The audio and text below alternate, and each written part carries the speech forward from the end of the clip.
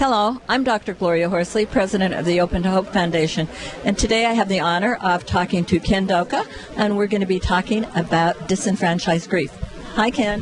Hi, Gloria. How are you? Great. What is disenfranchised grief? Okay, disenfranchised grief refers to losses that one experiences that is not openly acknowledged, socially supported, or publicly mourned. For example, we talk about a number of different categories. In some cases, it may be a relationship that's not recognized. Everyone knows to support you when your spouse dies, but you also may grieve an ex-spouse or a partner, certainly.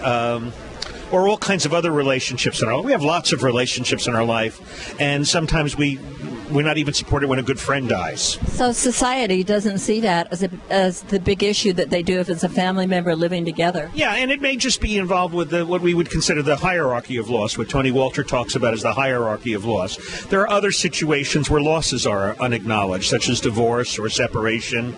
Other situations where maybe the death carries a sense of shame or stigma, or maybe people grieve in different ways than we're expected. So there's a lot of reasons why grief may be disenfranchised. So now I'm thinking as I'm watching this video, I've just had a loss, and I'm suddenly realizing that maybe the reason people aren't responding to my grief is because they don't get it. I think that can be the case. They don't get it. They don't, they think, okay, well, a friend died. Friends die all the time. But they don't realize the attachment that you've had to this person. Or the loss, as I said, is unacknowledged. And there may be a lot of reasons. Now, how do I take care of myself if this is going on? Well, I think the first thing is to validate your own grief. To say, this is a loss, it's my loss, it's an important loss, and I need to mourn and grieve that loss.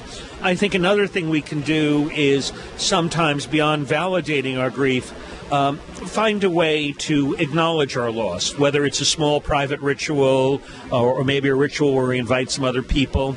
And then finally, I think if we're really struggling with this loss, that's what counseling can be useful for, because there you may be able to find someone who truly can allow you to acknowledge your loss, talk about it, and look how you're dealing with it.